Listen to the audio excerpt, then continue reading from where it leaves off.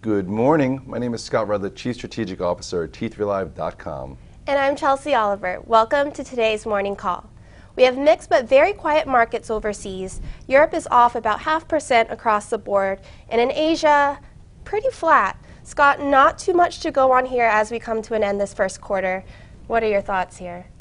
You know, again, not a tailwind or a headwind from overseas, but they're not falling apart. So the trends that we've seen for the past few weeks are still intact.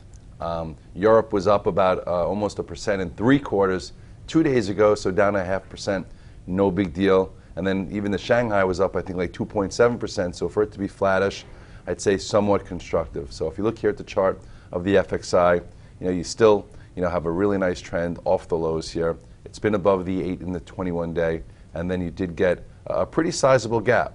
So holding above that gap, is definitely something that could be deemed very constructive and strong for the bulls. If you take a closer look here, the 200-day is still, very far above, and this trend is still intact. So buying into, support has worked for many people, with the FXI. If I drew this line a little higher, because I, messed that up there a little bit, here it is. So I'd say if this gap were to stay open, and it continues, that's very strong. But typically these gaps get filled, so I would wait for the 8-day to catch up before you start, maybe buying the dip in the FXI.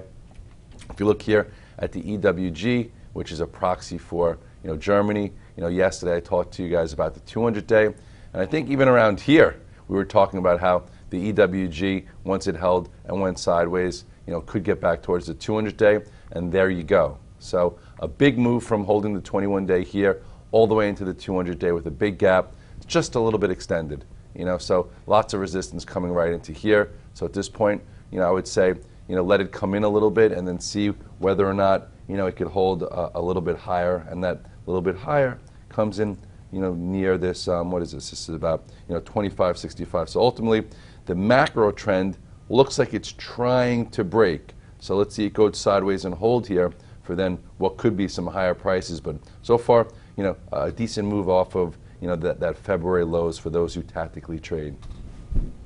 S&P futures are flattish after a wild ride this first quarter.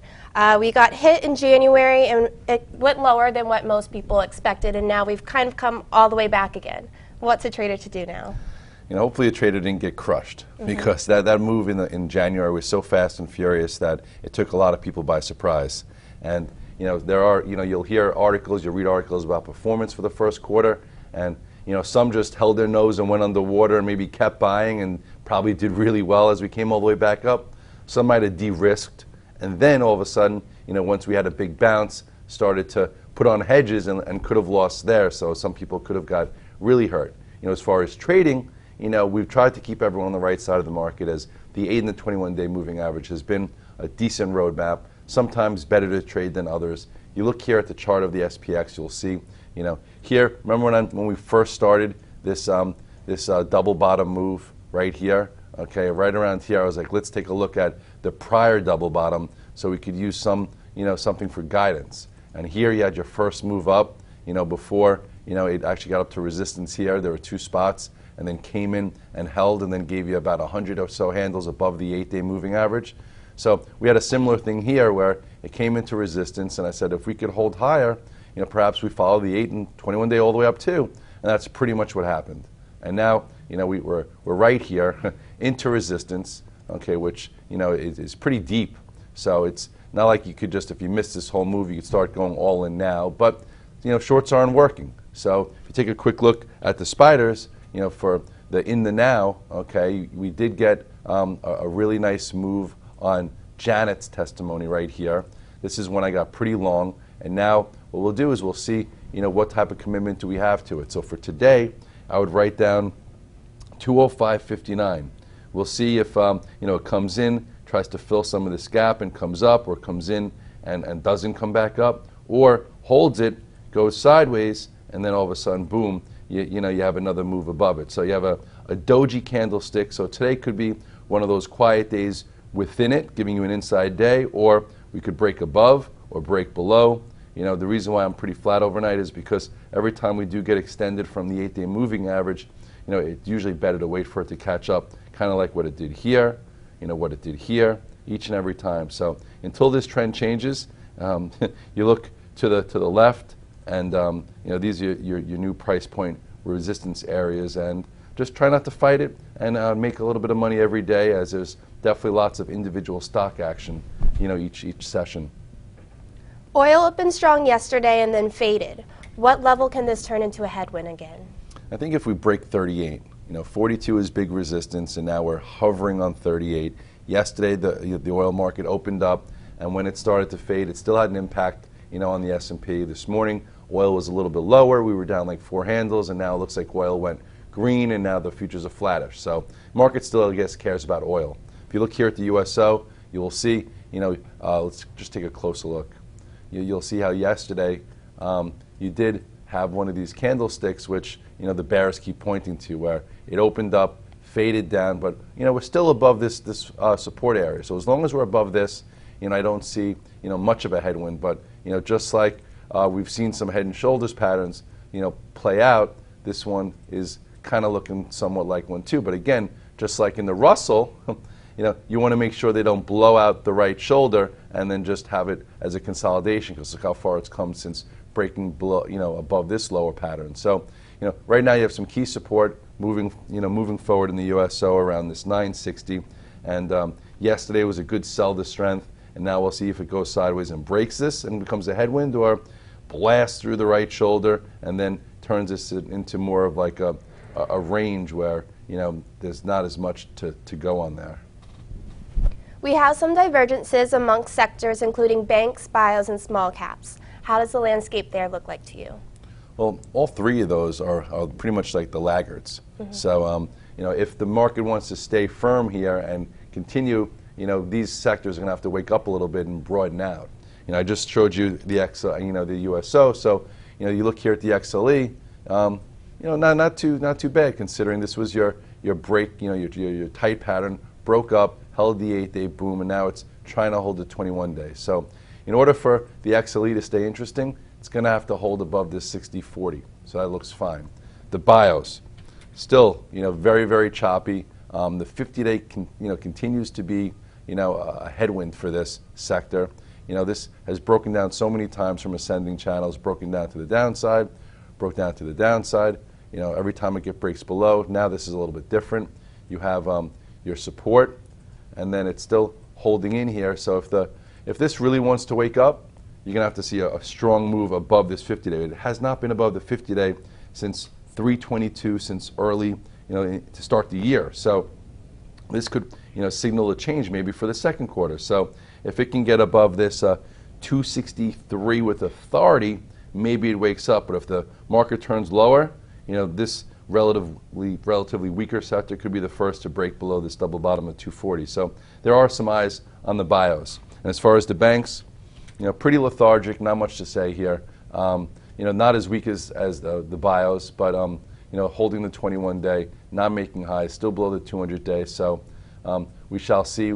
Friday's the jobs number. I guess if the jobs number is a little stronger than weaker, maybe the banks get a little bit of attention, because if you look real quickly at something like JP Morgan, it's still kind of nowhere, but it's not falling apart. The bears want to see this, break below this spot. The bulls want to see it break above here. At this point, JP Morgan, which to me is the leading bank, is doing a whole lot of nothing but choppiness. High beta tech, which have been great trading vehicles lately, kind of seem as if they're in a trickier spot now. What are some levels in Google, Amazon, and Netflix? Like you said, trickier spot. Sometimes setups are better for traders, and sometimes they're just not as calculated. And if you look here at something like Netflix, which was really calculated a few days ago with the first, wake-up call that it had 3 days, went red yesterday, so it got me out, and pulled back a little bit more than I think some would have thought, but still looks okay. Sometimes you get the calculated trade that you feel good about, and that's what to me felt like right here. So this is when it engulfed this range, and I figured we can get another day. Well, you did.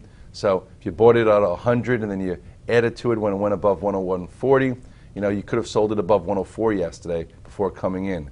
So now I would say for Netflix, for traders to stay hyper-focused on this from the long side, it has to hold this 101.48.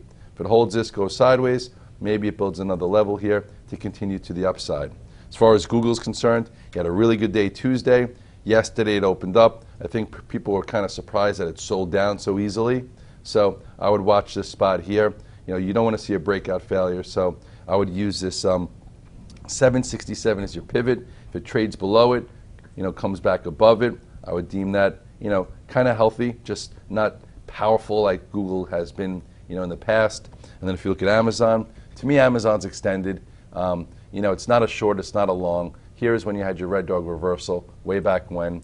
Then you had your first push to resistance, and it kind of stalled. And this was your best tradable pattern where it broke through, gave you some follow through, and now it's away from the moving averages. So it could be a little tricky. So short term, if you want to navigate Amazon, I guess, just like Google, write down yesterday's low, which right here is 595, below 595. I don't know if it's a short, but you can get out of the way long. Maybe it comes below, comes back above, and continues to just do this little ascending channel trend until it hits some bigger resistance, as that looks a little bit now closer to 620.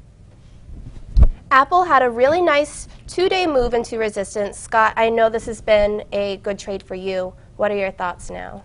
I did sell it yesterday as we hit 110. That was pretty much a big target. And now for today, I'm going to see whether or not I can get like some kind of small cash flow trade, because Apple doesn't give you huge moves every day, and then Tuesday's engulfing action got me long, especially for overnight, and then boom, you hit 110.40 before selling off a little bit. So you look at the chart of Apple, which has been much more tradable in 2016, at least to the long side, than it was in 2015. First time I think we talked about it waking up was right here. And then it didn't fall apart, it went sideways. This is when we posted the chart on Twitter that it can get maybe to 110 or the 200-day. Well, it hit the 200-day yesterday. This is when you had your tradable entry, when you could gravitate towards it. Here's your follow-through. Now, at this point, I want to see how it handles yesterday's low, if it even gets there. So if you're in it, use 108.60 as your stop. Sometimes it pushes below, comes back above. If that's the case, we shall see. It's extended from the 8 and 21 days. So to me, not that compelling, but I'll wait and see. If it was down 50 cents, maybe I would have played it to go from red to green. For now, I'm just going to sit back and wait, as it's been a nice trending move to the 200-day with a little bit of sideways action. Who knows? Maybe it continues. Its earnings aren't until late April. Tesla introduces a new model today. The cheaper version could cause some volatility in the stock. Will you be trading this today? And if so, what are the pivots? A lot of people have been waiting for this, because Tesla, the premium version has been like, I think, over 100 grand. So for it to go Main Street, it's got to be like 30 or so. So they want to see what kind of response they have here, besides it just being more of a concept, toy for the rich and famous. You look at the chart, and yesterday, it opened up a little bit. I was thinking, you have this wedge type pattern here, and it's going to resolve some way, and so far it hasn't yet, because I guess it's waiting for the news. So today it's up a little bit. Yesterday it opened up and they sold it. Today we'll see if it happens to come out and people are underwhelmed.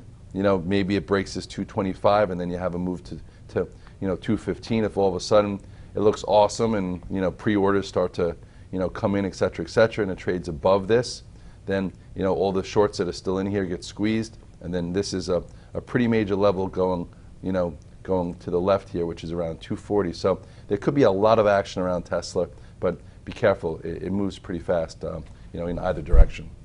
Right, and let's take a look at two of your favorite athletic companies, Nike and Under Armour. Is there a tradable pattern here? I wear Under Armour clothing when I go out for long runs, and I wear Nike sneakers. I also wear Brooks sneakers, because I got that wide foot.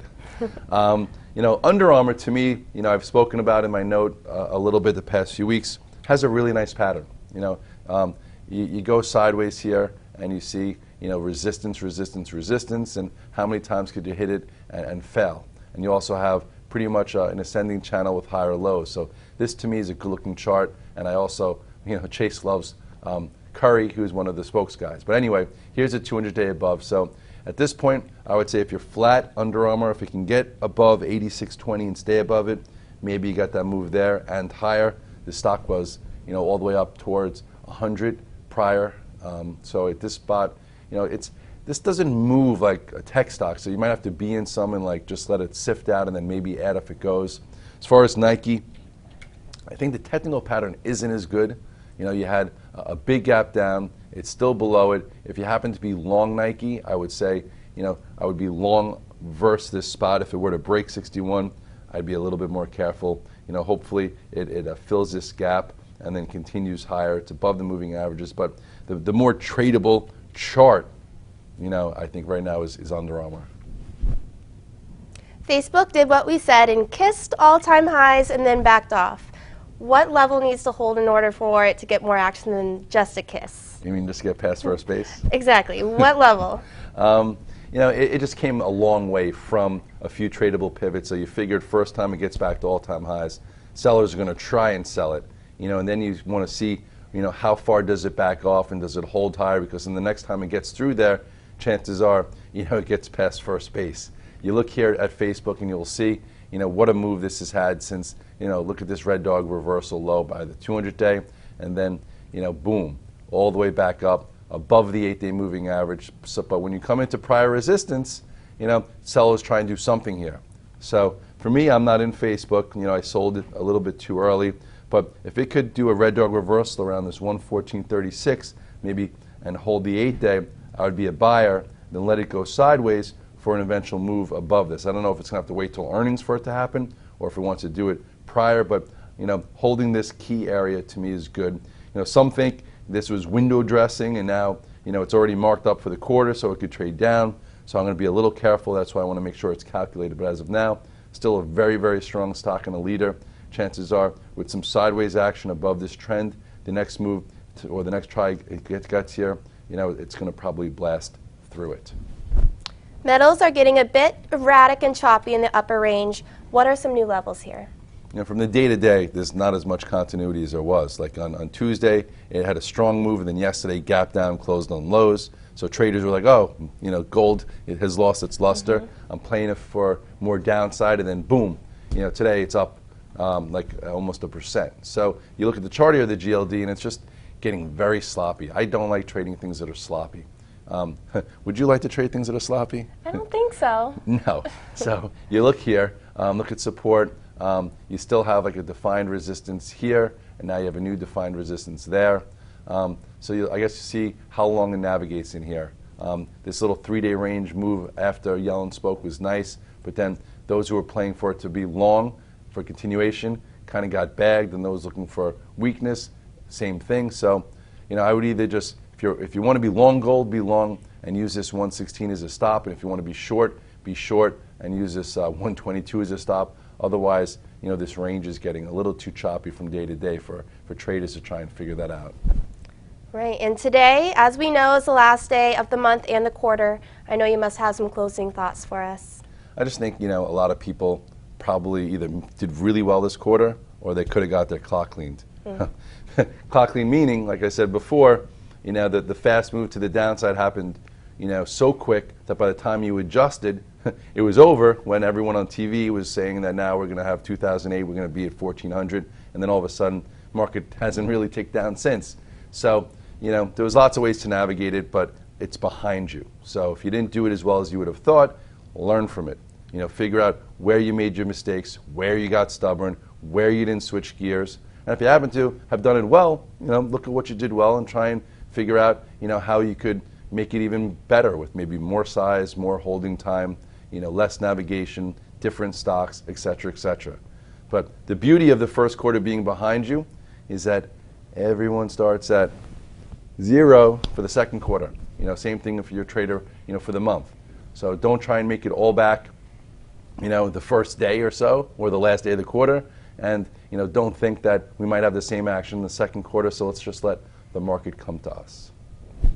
Great advice. Thank you. Everyone, have a great trading day.